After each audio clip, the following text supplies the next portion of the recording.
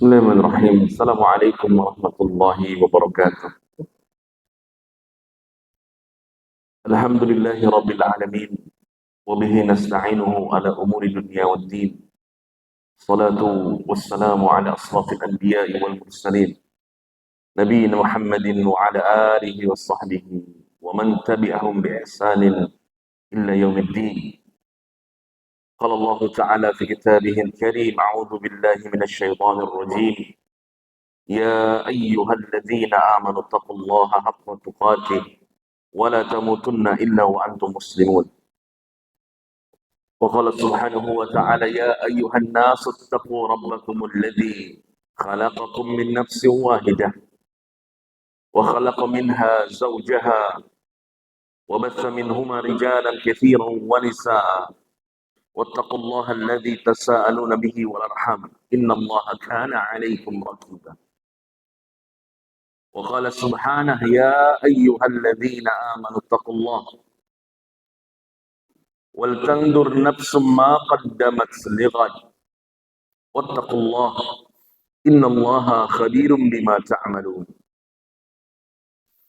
أما بعد فيا عباد الله إخوان والأخوات في الله أعزني الله وإياكم. Alhamdulillah, segala puji bagi Allah Tabaraka wa Ta'ala. Di subuh kali ini saya diberikan kesempatan untuk datang bersilaturahmi bersama warga Sleman di masjid pusatnya langsung. Alhamdulillah, di masjid agungnya yang semoga Allah Subhanahu wa Ta'ala memberikan keberkahan kepada kita semua. Karena Nabi yang mengatakan sallallahu alaihi wasallam, Allahumma barik fi ummati fi bukuriha.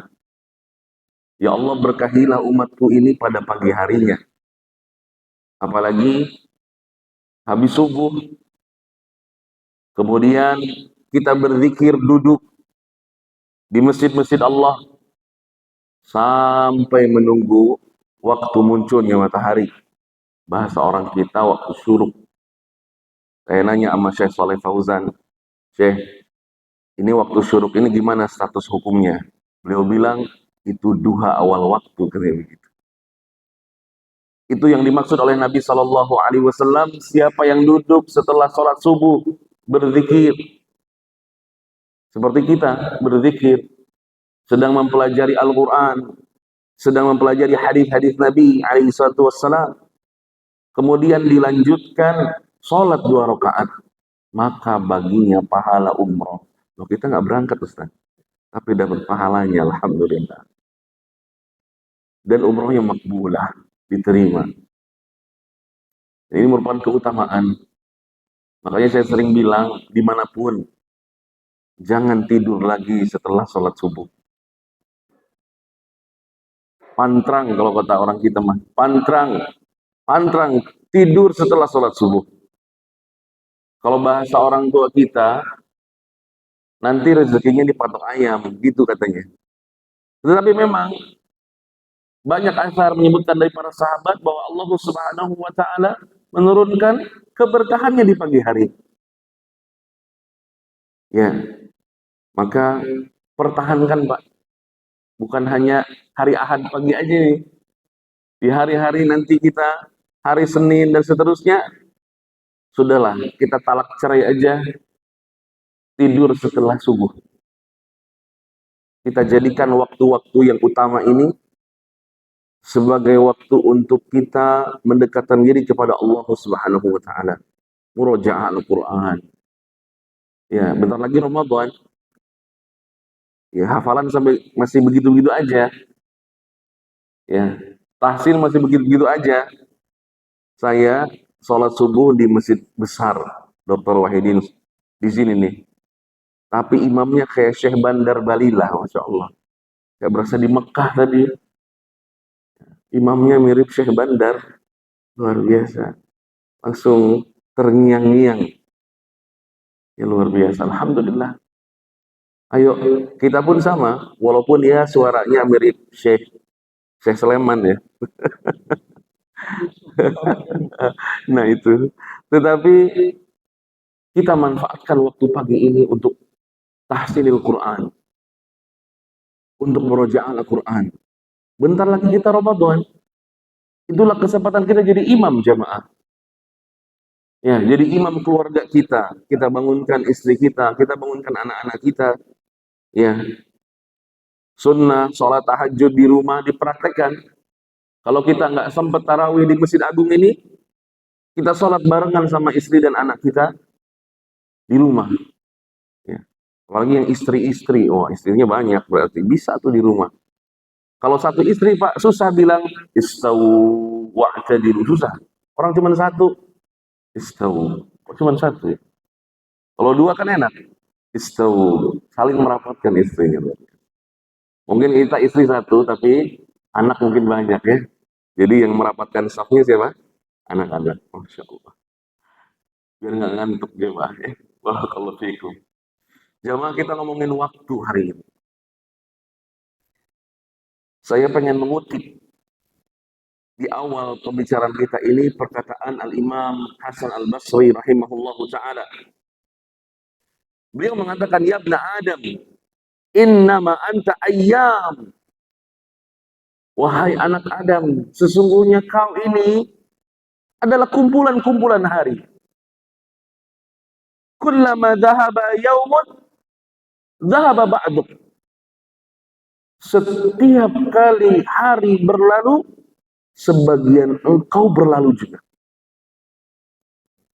Artinya, tatkala Allah Subhanahu wa ta'ala menempelkan 4 hal dalam jiwa kita, bikatbi ajali, itu yang paling utama.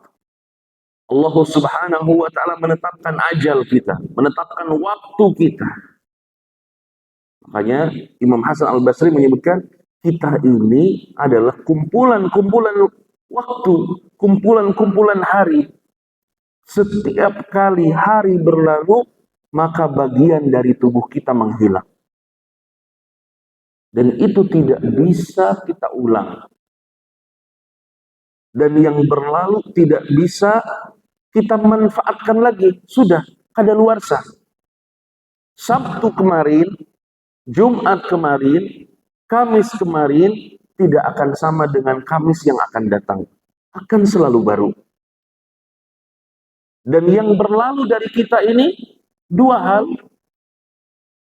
Kata Nabi SAW, 2 hal yang sering kita lalai. Dan Nabi SAW salah satunya membahas waktu. Ya, ini waktu luang.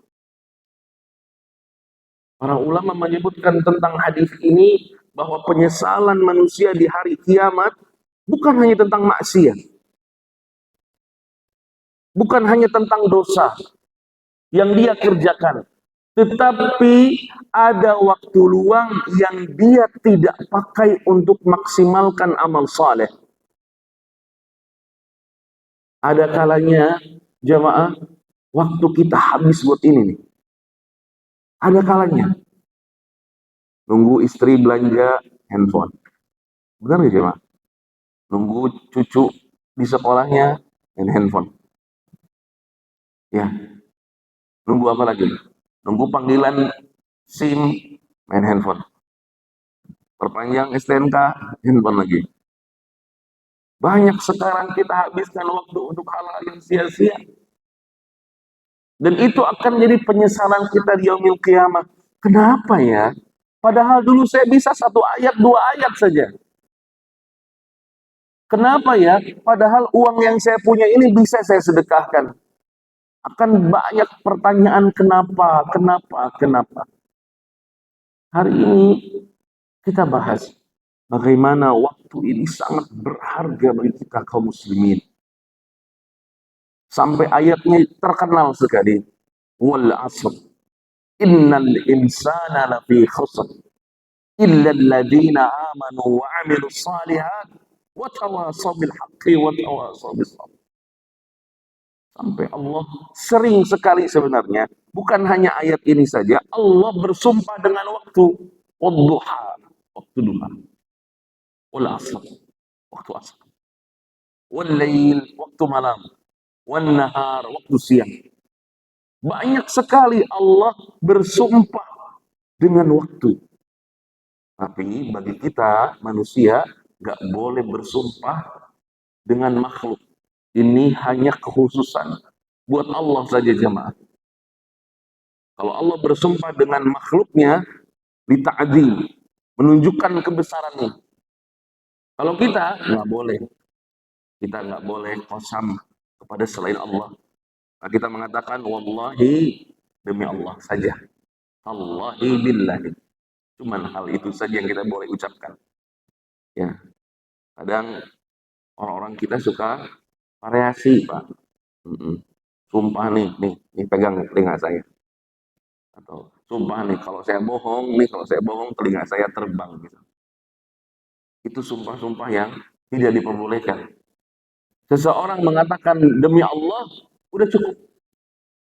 Sudah cukup. Dan kita percaya. Urusannya dia dengan Allah. Cuman masalahnya kan demi Allah jadi kebiasaan kalau di kita. Sama kayak insya Allah. Orang bilang insya Allah, itu 99,9% harusnya datang. Kalau itu kan jadikan alasan. Mau datang nggak? Insya Allah. Datang nggak? Enggak. Insya Allah itu datang. Bahkan Ya'juj wal Ma'juj sampai detik ini, Allah kubur lagi. Sampai pada akhirnya pemimpinnya mengatakan besok kita akan lanjutkan insya Allah. Besok beneran terbuka gerbang Ya'juj wal Ma'juj. Nabi Sulaiman ditegur oleh Allah Subhanahu wa taala gara-gara tidak mengatakan insya Allah. Kata Nabi Sulaiman istrinya ada berapa, Pak? Istrinya ada berapa Nabi Sulaiman? 99 orang. Dia bilang hari ini, malam ini akan aku gauli semuanya. Dan akan keluar dari mereka anak-anak yang gagah, saleh. Tapi dia lupa dengan insya Allah. Dari menggauli istri sebanyak itu saja, menunjukkan apa? Qawiyun, kuat ya Pak. Kita satu sakit pinggang. Tapi lupa dengan insya Allah, maka cuma lahir satu anak yang cacat. Jangan lupakan itu. Tidak ada yang menggaransi kita dalam hidup, dalam waktu, kecuali Allah Subhanahu wa ta'ala. Allah bersumpah dengan waktu. Innal insana lafi khusr. Sesungguhnya seluruh manusia, semuanya, tanpa terkecuali, sampai Allah mengecualikannya sendiri. Semua manusia dalam keadaan rugi, khasir, terancam neraka. Kecuali orang-orang yang beriman dan beramal saleh. Kata Al-Imam Asy-Syafi'i rahimahullahu ta'ala, kalau Allah cuman menurunkan satu surat ini saja ke muka bumi, kalau Allah cukup dengan menurunkan satu surat saja ke muka bumi ini, surat Wal Asri ini, cukup satu saja, maka cukuplah hujah untuk seluruh manusia. Gak ada alasan lagi nanti di muka bumi ini. Manusia untuk apa? Untuk ngeles di hadapan Allah. Cukup satu surat ini saja. Sesungguhnya seluruh manusia dalam keadaan rugi kecuali orang-orang yang beriman dan beramal saleh. Imam Al-Ghazali menambahkan, iman nggak cukup. Orang yang mengatakan la ilaha illallah nggak cukup. Harus dia beramal saleh. Yang beramal saleh pun nggak cukup.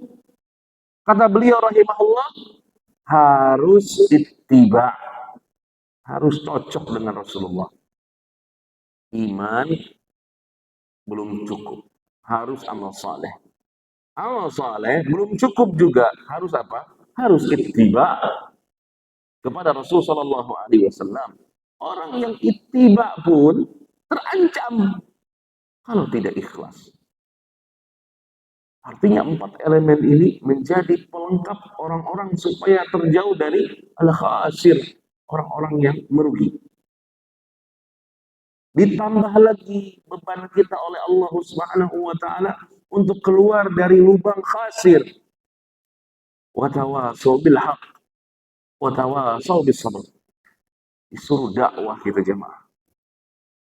Jadi dakwah ini bukan tugas ustaz, bukan tugas ustaz yang di depan. Ternyata tugas kita semua. Kuntum khairu ummatin ukhrijat linnas, kata Allah Subhanahu wa taala.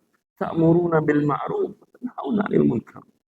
Kalian adalah umat-umat terbaik yang keluar di muka bumi ini. Kenapa? Karena menegakkan amar ma'ruf nahi munkar, berdakwah. Makanya saya kadang sedih kalau ada orang-orang yang diam melihat kemaksiatan. Sekarang bicaranya HAM, begitu. Hak asasi manusia. Padahal pengecualian kita dari orang-orang yang merugi adalah dakwah. Berwasiat kepada kebaikan dan kesabaran ini adalah bagian dari dakwah. Tidak perlu memulai dari atas, mulai dari bawah. Dari anak-anak kita, dari keluarga kita, dari paman kita, dari tetangga kita. Saling berwasiat antara kebaikan dan kesabaran. Karena isi dakwah cuma dua itu. Jamaah rahimakumullah. Maka tatkala Allah Subhanahu wa taala bersumpah dengan waktu, menunjukkan bahwa Allah Subhanahu wa taala ingin manusia ini memperhatikan kesempatan-kesempatan dalam hidupnya. Maka kata seorang tabi'in, Amir bin Abdullah rahimahullahu taala mengatakan, berbicaralah kepadaku. Ayo cepat-cepatan. Karena waktu ini berlalu begitu cepat. Jangan ditunda-tunda. Karena kita ini tidak bisa menahan jalannya matahari. Tidak bisa kita. Kita bukan Nabi Yusa. Nabi yang berbicara dengan matahari, Nabi Yusa namanya jemaah. Nabi Yusa lagi perang. Karena perang pada saat itu berhenti setelah maghrib. Ini tanggung nih, bentar lagi menang nih. Kemudian Nabi Yusa berdoa kepada Allah, izin bilang apa? Bilang kepada matahari. Wahai matahari, engkau hamba Allah, aku hamba Allah. Aku diperintahkan oleh Allah, engkau pun diperintahkan oleh Allah. Maka tahanlah sebentar lagi, jangan dulu urub, jangan dulu tenggelam. Tahan sebentar, saya perang dulu. Kita bukan nabi yang dikasih mukjizat oleh Allah. Matahari akan berjalan, bahkan makin mendekati akhirul zaman, makin cepat waktu. Bapak ngerasa makin cepat hari ini? Dari Ahad udah ke Ahad lagi. Ramadan udah Ramadan lagi. Tak kerasa. Terlalu begitu cepat. Saya anak yang kemarin dulu baru SD, sekarang udah SMA. Bapak sadar tidak sadar, anak-anak kelahiran 2000, tahun 2000, sekarang udah jadi dokter, udah jadi polisi. Saya kadang-kadang aneh melihat dokter muda banget. Berapa umur ente? 25, Pak. 25. Kelahiran tahun berapa? Tahun 2000. Kita berasa tua. Sekarang anak-anak kelahiran 2000 itu kita sudah jadi dokter. Jazakallah. Berlalu begitu cepat. Kalau kita tidak sama-sama mengimbangi kecepatan waktu, kalau kita sia-sia, makanya ya dalam istilah orang Arab itu kaslan, apa itu kaslan? Males itu adalah penyakit. Dan Nabi Shallallahu Alaihi Wasallam berlindung dari sifat malas. Karena waktu ini perlu dimanfaatkan. Apalagi dengan majunya teknologi jamaah. Waktu yang kita pakai ini harus lebih dimanfaatkan lagi. Makin cepat, makin kita ketinggalan, makin bahaya. Bukan orang Islam tidak boleh ikut campur masalah-masalah keduniawian. Boleh, tetapi tidak berlebihan. Sekarang nih, Dulu kami orang Bandung, kalau pengen ke Jakarta, 3 jam, 4 jam, Pak. Sekarang 35 menit nyampe. 35 menit nyampe. Dari asalnya 3 jam, 4 jam, setengah jam nyampe sekarang. Pakai wus. Nah, saya berhenti langsung nyampe Jakarta. Nanti katanya mau dibikin lagi, stasiun Gambir begini begitu. Entahlah, entahlah. Artinya, orang masalah dunia aja cepet-cepetan. Ini kita nih orang yang mau pulang ke akhirat kok lambat banget. Sampai tatkala Nabi Shallallahu Alaihi Wasallam memberikan pesan kepada Ibnu Umar. Ibnu Umar begitu ingat sekali pesannya Nabi Shallallahu Alaihi Wasallam. Kata Nabi Shallallahu Alaihi Wasallam, ya gulam, kun fid dunya ka'annaka gharib, au abir sabil. Wahai pemuda, wahai Ibnu Umar, hiduplah di dunia ini bagaikan orang-orang yang sedang melakukan perjalanan atau orang-orang yang sedang safar. Ini kayak saya nih orang safar. Ulama menjelaskan apa maksud perkataan Nabi Shallallahu Alaihi Wasallam tentang orang yang keluar rumah atau safar ini? Orang yang safar, Pak, dia hanya mengerjakan tugasnya aja. Habis itu ngapain? Pulang. Orang yang hidup di dunia itu harus cepat-cepatan menyelesaikan tugasnya. Apa tugas kita? Ibadah. Wa ma khalaqtul jinna wal insa illa liya'budun. Tugas kita ibadah sampai kita pulang. Sampai kita dijemput. Dan dijemputnya ini, wa ma tadri nafsum madza taksibu ghadan. Wa ma tadri nafsum bi ayyi ardin tamut. Wa'bud rabbaka hatta ya'tiyakal yaqin. Jelas batasan kita oleh Allah dikasih nih, kamu sampai yakin, sampai mati. Misterinya adalah wa ma tadri nafsum bi ayyi ardin tamut. Enggak tahu kita akan berhenti di mana. Ayo, hidup bagaikan orang yang safar. Mengerjakan tujuannya kemudian pulang. Nggak ada cerita orang safar bangun rumah kan ya. Tiba-tiba saya datang ke sini, cuma 3 hari, Ustadz Imam tolong siapin ini batanya, ini semennya saya mau bangun rumah. Ngapain orang 3 hari? Nginep aja saya di penginapan, udah selesai. Makannya cuma makan ala kadarnya, nggak bangun restoran saya. Kenapa? Besok saya harus pulang. Kita kebetahan di sini. Siapa yang nggak betah di dunia? Ada. Saya Ustaz, saya nggak betah di dunia. Ayo mati yuk. Nggak mau Ustaz, kalau mati sih nggak mau. Tapi saya udah nggak betah nih, gimana dong? Kayak saya kalau nanya kajian ibu-ibu, ibu-ibu masuk surga mau nggak? Mau Ustaz. Meninggal. Ogah dia. Karena jalan menuju surga adalah mati. Pas dibilang mau mati nggak? Ntar dulu Tan, masih banyak tanggungan saya. Subhanallah. Makanya pesan Ibnu Umar, setelah Nabi Shallallahu Alaihi Wasallam menyebutkan kun fid dunya ka'annaka gharib au abirus sabil, hiduplah seperti orang asing dan yang sedang safar. Ibnu Umar menambahkan di hadis tersebut. Makanya tambahan ini asar Ibnu Umar. Ibnu Umar mengatakan kalau kalian ada di pagi hari, jangan tunggu sore hari.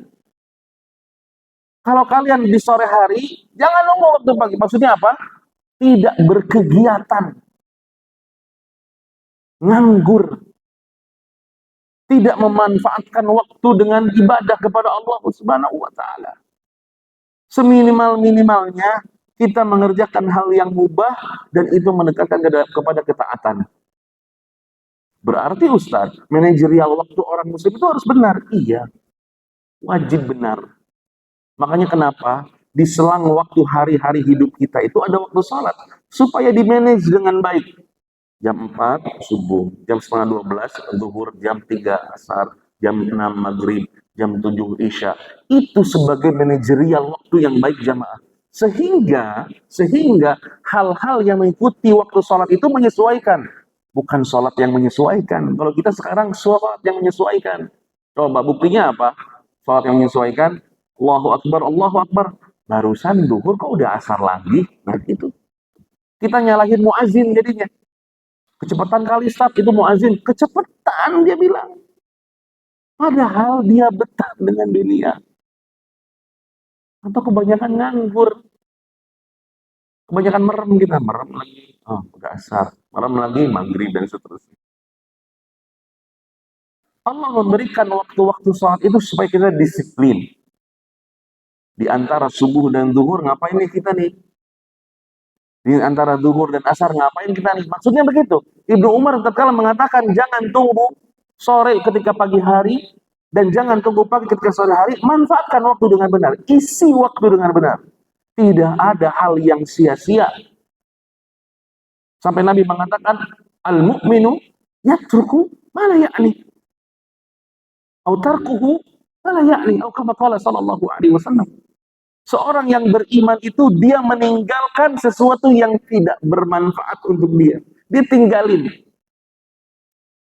Orang bilang, Ustadz Hari kok seneng banget motor-motoran. Kalau tujuannya nggak dakwah, saya nggak mau jemaah. Ngapain 400 kilo saya dari Bandung ke sini, tujuannya cuma ke Parangtritis, ngapain? Atau kita ke situ, ke Ustadz Abdul itu kemana? Gunung Kidul. Atau kita cuma ke Ketep aja, Kaliurang. Buat apa jemaah? Harus bermanfaat. Sudah kita ngabisin waktu 11 jam kita perjalanan. Terus di sini cuma hahaha, udah aja. Dapat apa antum? Ini menjadi evaluasi buat kita. Kalau berarti Ustaz gak boleh dong rekreasi. Boleh, boleh, boleh. Rihlah boleh. Dengan tujuan membangkitkan semangat untuk ibadah. Makanya kata Imam Syafi'i kalau lagi sumpah, kalau otak lagi sumpah, hati lagi sumpah, safar. Tapi safar terbaik kemana? Ketiga masjid saja. Al-Aqsa, Al-Haram, Wal-Nabawi. Kita nih harus mengisi sesuatu dengan bermanfaat. Bapak nih habis subuhan, nanti pulang ke rumah, udah berpikir ngapain lagi saya ya? Ada manfaat untuk akhirat atau tidak ya? Harus berpikir begitu. Dan mulai tinggalkanlah sesuatu yang tidak bermanfaat buat kita. Maksudnya manfaat untuk akhirat. Sisipkan sifat waro nih di sini. Apa sifat waro? Di mana kita berpikir kita tidak menambah beban dosa di akhirat kelak. Kegiatan kita ini jangan nambah beban dosa kita di akhirat. Ini waro namanya. Kalau zuhud memanfaatkan fasilitas dunia untuk memberatkan timbangan kebaikan. Kalau waro, kita stop kegiatan yang memberatkan timbangan keburukan. Mulai kita berpikir, pulang ke rumah saya ngapain ya? Oh iya, saya mengerjakan ini. Isinya bermanfaat. Ada beberapa hal yang bermanfaat yang dikategorikan oleh Rasul Shallallahu Alaihi Wasallam bukan membuang-buang waktu yang kadang-kadang kita malas. Yang pertama ngobrol sama istri, Pak. Ngobrol sama istri malas nggak? Malas, tak ujungnya bertengkar. Ngobrol sama istri ini hal yang bermanfaat, tidak sia-sia. Ngobrol sama istri. Nabi kita Muhammad Shallallahu Alaihi Wasallam tuh abis ba'da asar ngumpulin istri-istrinya, dikumpulin semuanya. Makanya kalau mau nikah lagi jangan jauh-jauhan, satu Sleman, satu Jogja, satu Surabaya, satu Bandung, jauh, deket-deket aja. Habis asar tuh dikumpulin. Coba kamu kebutuhannya, coba ada permasalahannya apa. Makanya kenapa muncul hadis-hadis tentang haid, hadis-hadis tentang istihadah. Ya, pernah dengar istri-istri Rasulullah Sallallahu Alaihi Wasallam radhiyallahu anhunna, mereka bertanya kepada Rasulullah, ya Rasulullah, kalau haid gimana? Kalau istihadah gimana? Kalau kita pakai air musta'mal gimana? Itu hadis-hadis keluar dari perbincangan antara suami dan istri. Istri kita haid aja kita taunya pas malam, nggak bisa. Pas ditanya hukum haid sama istri, jangan. Nggak pernah ngobrol kita. Mas, kalau aku keluar rumah, wudhunya gimana ya? Kan aurat tuh nggak boleh keluar, kelihatan. Rasul jelasin sama istrinya. Kalau pakai kalau pakai kaos kaki, istri kita kan pakai kaos kaki nih. Gimana cara wudhunya, Mas? Dilepas kah atau gimana? Ayo ngobrol. Manfaatkan waktu dengan istri kita. Manfaatkan waktu dengan anak kita. Lihat, Nabi SAW manfaatkan waktu dengan anak sambungnya. Umar bin Abi Salamah. Anaknya siapa? Anaknya Abu Salamah. Anak sambungnya. Nabi bilang ke Umar, Umar, samillah. Ngobrol sama anaknya. Umar, samillah. Kalau makan, bilang bismillah. Kul biyamini. Wakul mimma yalik. Ini gimana Rasulullah Shallallahu Alaihi Wasallam memanfaatkan waktu dengan anak-anaknya. Kalau kamu makan pakai tangan kanan, makan apa yang di depan kamu. Begitu. Sampai Sayyidah Fatimah Az-Zahra radhiyallahu anha mengikuti cara jalan Rasul Shallallahu Alaihi Wasallam. Saking cintanya sama bapaknya, saking dekatnya sama bapaknya. Ketika bapaknya sekarat, dia datang, dia nangis. Kemudian dia tersenyum. Ini menandakan bahwa dekatnya Rasulullah dengan anaknya. Kita sama anak kayak nggak kenal. Bapaknya datang, anaknya pergi. Gitu kan ya. Anaknya datang ke rumah, bapaknya kagak ada. Nggak pernah ngobrol. Pernah nggak? Apalagi laki, Pak. Apalagi anak laki. Itu wajib dapat didikan langsung dari tangan kita. Duduk dia. Nah, besok lusa kamu jadi imam. Nah. Besok lusa kamu nerusin nama bapak. Nah. Sudah sampai mana hafalanmu? Gimana perkembangan kuliahmu? Ngobrol. Kita ngobrol kalau lebaran doang. Ngumpul keluarga. Itu juga maaf-maafan doang. Habis itu udah pulang aja masing-masing. Apalagi sekarang anak-anak itu udah rumah tangga misalnya.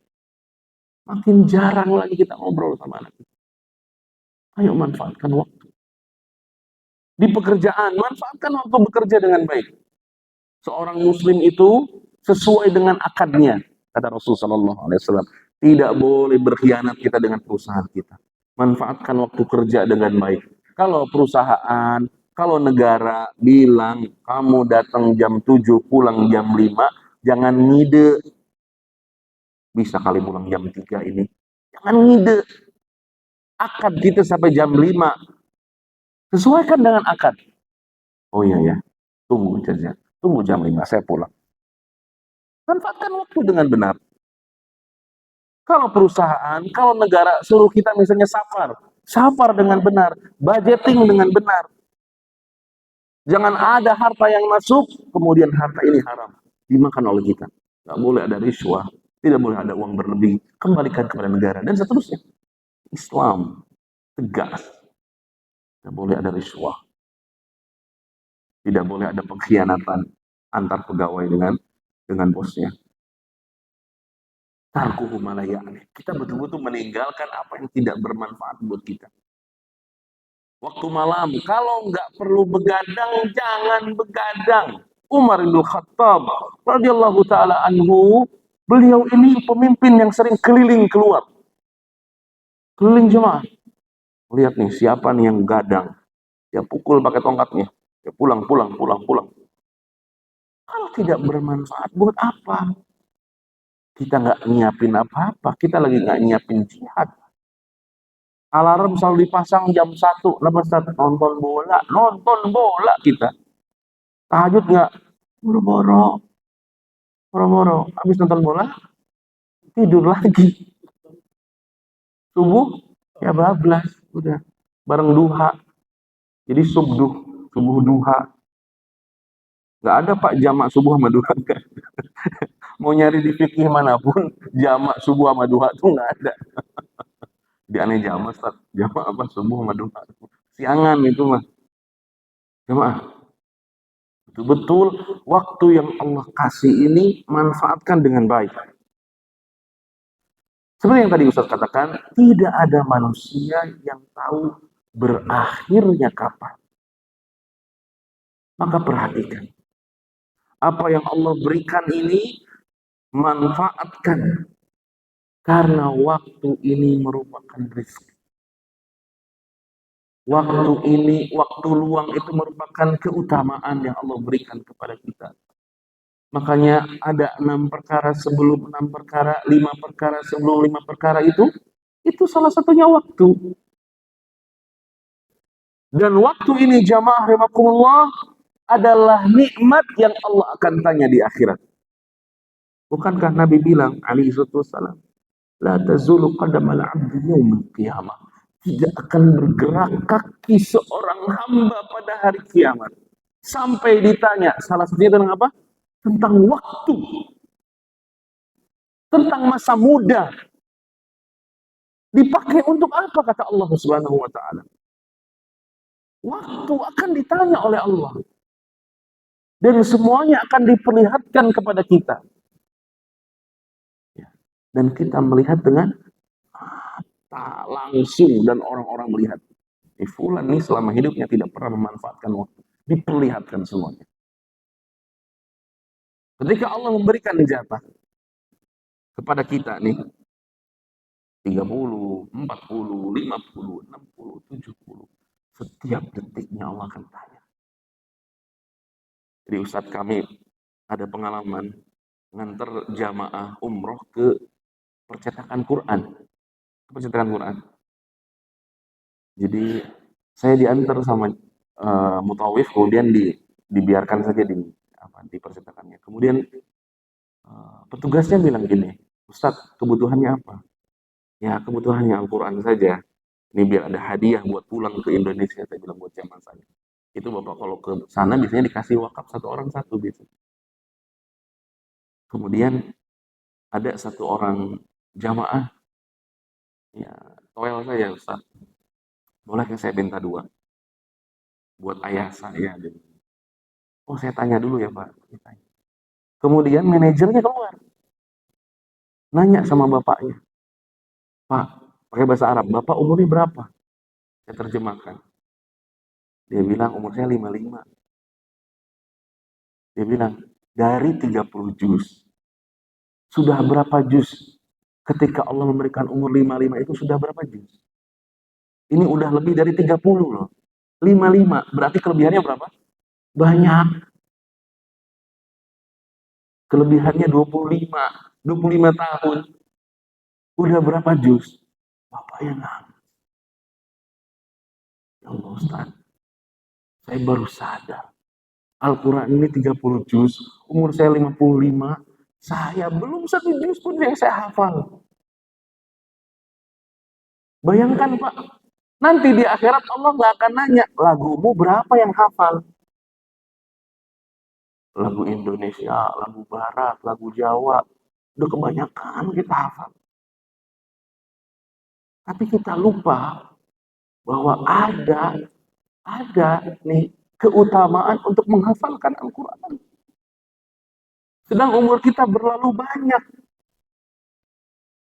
Al-Quran kan nggak nambah kan? Dari dulu 30 juz kan ya? Kirain di Sleman nambah gitu. Enggak, karena nanti aman kan ya?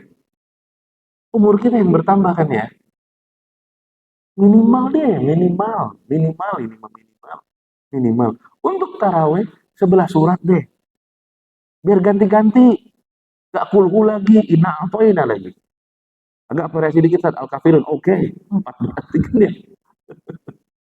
Ayo dong. Umur kita makin banyak.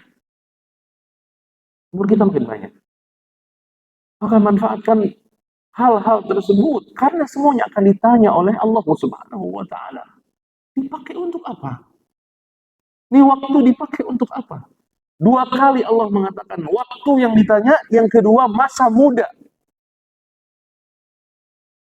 Saya mungkin di antara Ustadz Imam, saya lebih muda mungkin ya. Saya baru 33 Pak. Saya pengen di waktu prime saya ini, kan kalau udah 40 katanya kacamatanya juga udah ada lubangnya di sini Pak. Jadi plus katanya gitu. Pinggangnya udah mulai nggak kondusif kalau naik motor. Cepat masuk angin. Makanya saya berpikir gimana nih di masa-masa prime saya. golden saya, ya makin banyak manfaatnya. Ini memotivasi. Kadang-kadang, ya dong anak muda dong. Kemarin saya di masjid besar, saya bilang, mana anak mudanya? Mana anak mudanya? Mana anak mudanya? Karena waktu muda akan ditanya oleh Allah. Kita orang muda ini Pak, belum tentu ngalamin kayak Bapak. Ada yang lebih paling paling senior siapa? Paling senior ada. Ada nggak yang paling senior di sini berapa umur berapa? 80 ada? 70? Bapak berapa Pak? 70? Ada yang lebih tua dari 70? Bapak berapa? 74, Masya Allah. Kasih hadiah dulu, Cap. Oh, dua-duanya, kasih dua-duanya. Bapak berapa? 75. Tiga, tiga.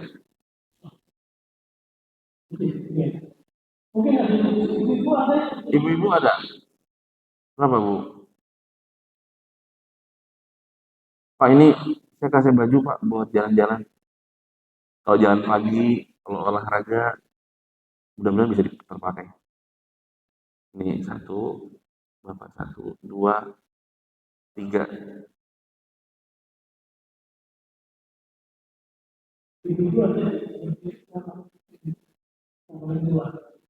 Ada, Bu.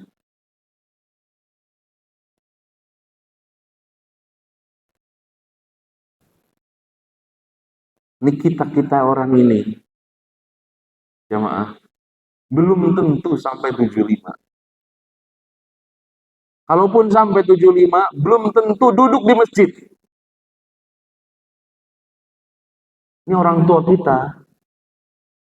Ibu berapa Bu umurnya? Ibu ada belakang ada. Nah, Ibu nanti habis kajian jangan kemana-mana dulu. Nanti ada teman saya nanti mau gantiin ongkos Ibu ya. Bu, ya jangan kemana-mana dulu ya Bu. Kita lanjutin kajian dulu Bu. Bismillah. Jamaah, sekarang umur kita ada berapa? 70, 75, 80. Kita nongkrongnya di masjid besar nggak? Di masjid agung nggak? Atau kita malah nongkrongnya di tempat pemancingan? Lagi mancing, gini, ngantuk aja. Atau pas dipijit, atau gitu. Ya salah. Ayo mulai berpikir. Kenapa Allah bertanya dua hal? Nanya umur dan nanya masa muda. Karena ketika nanya umur, artinya Allah bertanya untuk keseluruhan manusia yang umurnya sampai tua. Tapi masa muda, kadang-kadang ada anak-anak muda yang nggak nyampe tua. Makanya, ini masa muda, masa-masa di mana kita lagi seger-segernya, kamu pakai untuk apa? Orang tua bisa memperbaikinya ketika tua. Jadi kalau orang tua datang ke masjid, wajar, mohon maaf ya Pak. Kalau udah tua, mainannya di masjid, mainannya majelis ilmu, wajar. Yang luar biasa adalah ketika anak muda mainannya agama. Datang ke majelis ilmu, dakwah, sekolah, kuliah dia, nuntut ilmu dia, menyebarkan dakwah dia. Itu yang luar biasa. Makanya saya berharap dari masjid ini, dari daerah ini muncul lagi ulama, muncul lagi ulama. Kita kangen ulama-ulama muda, mana? Kurang lagi sekarang. Kita banyak protes ketika maaf nih, ketika kita melihat kemungkaran terjadi di negeri ini karena ulamanya bungkam, diem. Ulama-ulama senior kita terlalu terlibat politik. Ini mohon maaf nih, mau diakui tidak diakui, ulama-ulama senior kita di negeri kita tercinta ini terlalu berpolitik sehingga amar ma'ruf nahi munkarnya berkurang. Kalau di Saudi jemaah, Syekh Al-Syekh itu keturunannya disimpan di samping raja. Grand Mufti namanya. Gak ada urusan sama politik. Tugas dia adalah memberikan fatwa-fatwa terkini tentang hukum-hukum. Sehingga raja mau gak mau manut sama mufti. Di kita kebalik. Ustadznya diamplopin, bungkam. Mana? Ayo muncul ulama-ulama yang menegakkan kebenaran. Anak-anak muda yang merubah lagi. Anak-anak muda yang dulu kita lihat perjuangan ulama dulu mengusir Belanda, mengusir PKI. Sekarang keberaniannya kayak dipademin gitu. Kompornya itu kayak dipademin. Gitu. Dikit-dikit teroris, dikit-dikit radikal, dikit-dikit apa, dibikin apa. Berita-berita buruk datang dari pesantren, berita buruk datang dari kiai, berita buruk datang dari orang-orang yang beragama muslim. Dibikin sekarang. Ini semuanya kita manfaatkan waktu yang Allah berikan untuk begitu. Bangsa kita ini besar. Teman-teman saya yang Saudi aja pengennya ke sini, jemaah. Teman-teman saya Saudi pengennya ke sini. Di sini pemandangannya hijau-hijau, di sana batu, ya mah, batu. Jemaah kalau jalan tuh dari Mekah ke Madinah atau dari Madinah ke Mekah atau dari Mekah ke Jeddah, batu isinya. Pemandangan yang nggak enak. Saya jalan dari Bandung ke Jogja ke sini nih, masya Allah, tabarakallah. Gunung ada, sawah ada, laut ada, apa yang nggak ada di kita? Kok kita kayaknya orang-orangnya kayaknya miskin banget, begini-begini aja gitu. Di Saudi itu cuma minyak, cuma dagang minyak dia. Di kita minyak ada nggak? Minyak sawit ada, minyak kelapa ada, jelantah ada. Pertamax dari yang pertalite tapi turbo ada. Ada apa? Karena karena waktunya tidak dipakai dengan kebaikan. Itu saja. Ketika Allah memberikan kesempatan-kesempatan baik, kita tidak memakainya dengan baik. Padahal semuanya akan ditanya oleh Allah Subhanahu wa taala. Sebagai penutup jamaah rahimakumullah, izinkan saya menyebutkan bahwa ada golongan-golongan manusia yang cerdas, ada golongan-golongan manusia yang bodoh. Manusia-manusia cerdas ini tatkala dia mampu dan mau mempersiapkan kematiannya, mempersiapkan waktunya dengan baik. Karena Nabi yang mengatakan sallallahu alaihi wasallam, orang yang paling cerdas adalah orang yang paling banyak mengingat kematian dan mempersiapkannya. Artinya dia memanfaatkan waktu dengan baik. Dan orang yang paling jahil, yang paling bodoh adalah orang yang menyia-nyiakan waktu dan memakai waktu untuk hal-hal yang tidak bermanfaat sehingga dia tidak sadar bahwa dia akan dicabut oleh Allah sampai Allah yang mengatakan alhaakumut takatsur hatta zurtumul maqabir. Kalian terlalu terlena dengan banyak-banyakan harta sampai sadar-sadar kau telah terbujur kaku di kubur. Maka manfaatkan waktu. Waktu yang Allah berikan ini sama 24 jam. Tinggal kita saja sejauh mana memanfaatkan 24 jam tersebut. Apakah banyak diisi kebaikan atau diisi yang sebaliknya? Karena kata Syekhul Islam, kalau manusia tidak mengisi dengan kebaikan, maka diisi dengan yang sebaliknya. Hadza wallahu a'lam. Ustaz, barakallahu fiikum.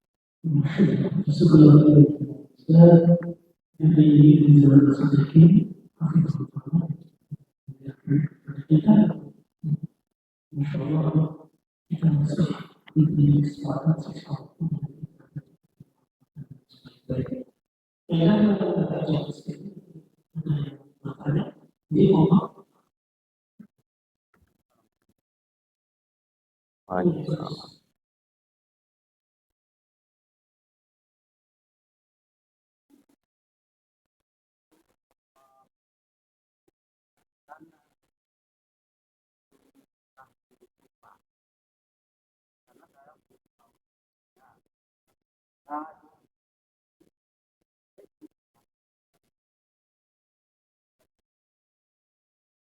Waalaikumsalam warahmatullahi wabarakatuh. Jadi syuruk ini Pak adalah waktu tanda matahari terbit, namanya syuruk. Nah, sholat yang dilakukan itu adalah rangkaian menunggu matahari terbit sebenarnya. Jadi memang dilaksanakannya di masjid. Gitu. Nah, kemudian saya pengen negesin ketika saya nyari hadisnya, ternyata memang nggak ketemu sholat sunnah syuruk nih nggak ketemu. Nah, sholat syuruk ini saya tanya, nih Syekh maksudnya apa nih? Kemudian beliau mengatakan ini tuh waktu duha yang diawalkan. Jadi kan waktu duha itu adalah ketika matahari terbit sampai zuhur, sampai siang. Nah, ini merupakan rangkaian dari ibadah subuh. Jadi siapa yang sholat subuh berjamaah, kemudian duduk sampai matahari terbit, kemudian dia sholat 2 rakaat di masjid. Artinya dia nggak keluar masjid, dia diam di masjid. Ya, apakah dia murojaah atau baca Quran atau kajian seperti kita ini, kemudian dia sholat 2 rakaat, maka pahalanya seperti pahala umrah. Jadi Allah alam yang anda tahu Pak, sholatnya di masjid. Jadi yang 2 rakaat syuruk ini sholatnya di masjid, tidak keluar masjid. Ya. Bahkan hadisnya kan yang maaf pantatnya nggak bergeser katanya. Yang duduk di tempat duduknya, pantatnya tidak bergeser. Artinya dia nggak keluar masjid. Ustaz kalau mau ke toilet boleh nggak? Boleh. Yang jelas dia tidak meninggalkan masjid ke rumah, gitu. Dan sholatnya utama 2 rakaat. Nah, kalaupun kategorinya duha, maka duha ini rakaatnya tidak terbatas, tetapi masna-masna 2 rakaat, 2 rakaat. Allahu a'lam itu yang anda tahu. Barakallahu.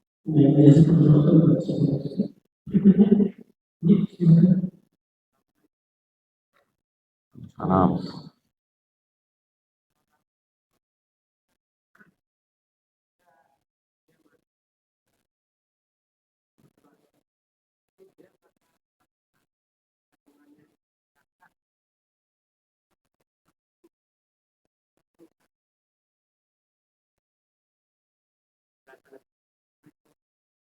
Baik.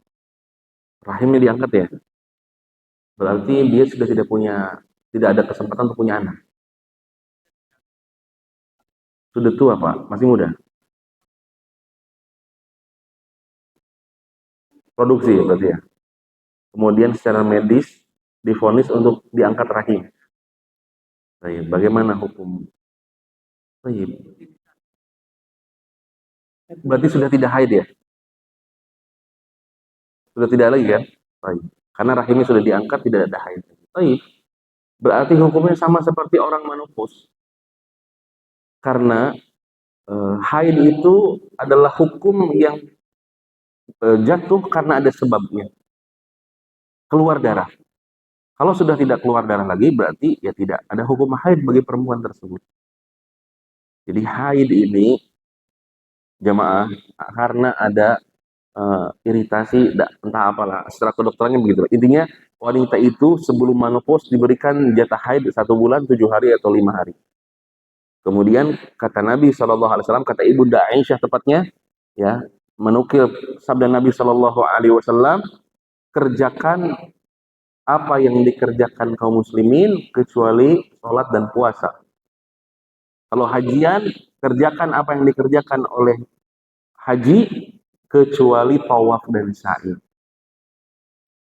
Berarti kalau sudah tidak haid, nggak turun hukum haid. Berarti dia normal sholat, tidak ada liburnya sekarang, gitu. Jadi dia nggak ada liburnya lagi Pak sekarang, sholat terus. Jadi dia nggak perlu nunggu waktu haid lagi, udah nggak ada waktu haid bagi dia. Hukumnya seperti kurang lebih seperti kita laki-laki, kita nggak ada liburnya kan? Ada yang haid, Bapak ada? Nggak ada kan? Jadi hukumnya adalah seperti tidak terjadi haid, gitu loh. Adapun misalnya Ustadz bagaimana dengan dia tidak punya anak lagi dan seterusnya, Allah alam. Ya, ini merupakan ujian bagi dia. Ketika rahimnya diangkat, dia tidak ada waktu libur untuk haid, ya ini ujian bagi dia. Jadi tidak ada hukum haid, tidak ada libur sholat, berarti tidak ada nifas juga, sehingga bagi dia hukum sholat terus. Selama dia akalnya masih sehat, ya masih nyambung, kemudian dia wajib sholat. Allahu a'lam.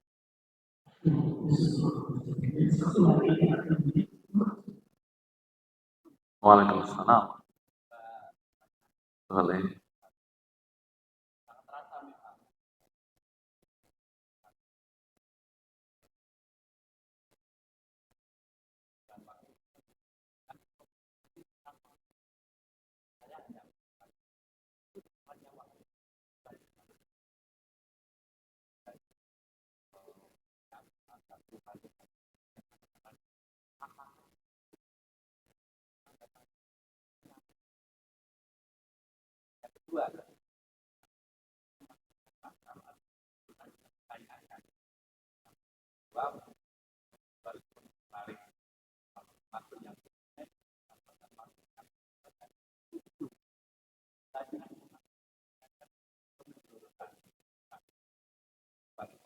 Bagus banget.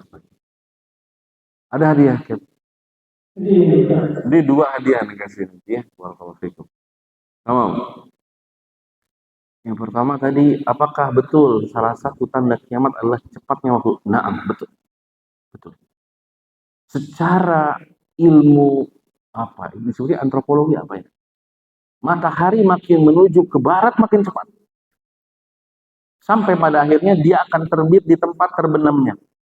Dan memang pergeseran waktu secara ilmiah, secara sains pun bisa dibuktikan. Makanya ada orang kalau nggak percaya kiamat aneh. Karena ini bisa dibuktikan secara ilmiah. Makanya kitab-kitab para ulama ketika membahas tentang kiamat itu, maka bisa ditinjau dari kauniyah dan syari'iyah. Bisa ditinjau akal kita, bisa ditinjau dengan dalil. Kalau orang Islam cukup sami'na wa ta'na dengan dalil kiamat bakal ada. Oke, kita sami'na wa ta'na. Tapi kadang-kadang ada orang-orang yang masih penasaran. Masa sih? Maka Allah Subhanahu wa taala memberikan tanda-tanda kauniyahnya, tanda-tanda yang bisa diterima oleh akal sehat. Makanya kiamat ini pasti terjadi, pasti terjadi. Dan salah satu tandanya adalah cepatnya waktu, betul. Cepat sekali waktu. Ya, dan itu salah satu tanda-tanda kiamatnya. Kemudian yang kedua, betul juga ada kalanya kita sulit untuk memberitahu seseorang. Makanya Nabi mengatakan ini solusi dari Nabi. Man ra'a minkum munkaran, kata Nabi sallallahu alaihi wasallam. Siapapun dari kalian melihat kemungkaran, falyughayyir biyadihi. Maka rubahlah dengan tangan kalian. Kalau nggak bisa, falyughayyir bilisan. Ngomong. Kalau nggak bisa juga, doain. Tapi Nabi bilang bahwa ada apul iman. Mendoakan itu selemah-lemah iman. Ada kalanya memberitahu itu harus dengan lisan, harus dengan kekuasaan. Ada kalanya juga kita diam, berdoa, mendoakan. Makanya seorang dai itu harus melihat maslahat dan madarat. Kalau maslahatnya besar menyampaikan, sampaikan. Kalau menyampaikan madarat, berdoa. Ada kalanya Nabi Shallallahu Alaihi Wasallam tatkala dimintai nasihat, Nabi kasih nasihat yang ringan. Ada kalanya Nabi Shallallahu Alaihi Wasallam memberikan nasihat berat banget. Seorang datang, ya Rasulullah, nasihatin saya. Nabi bilang, lah tanggung, jangan marah. Gitu aja udah.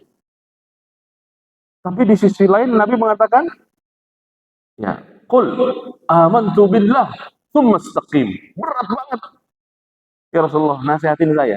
Saya nggak akan nanya lagi ke yang lain kecuali kepada engkau. Kata Nabi, qul amantu billah tsumma istaqim. Yang satu pesannya, jangan marah. Yang satu, katakan kau beriman kepada Allah, beristiqomahlah. Berat banget.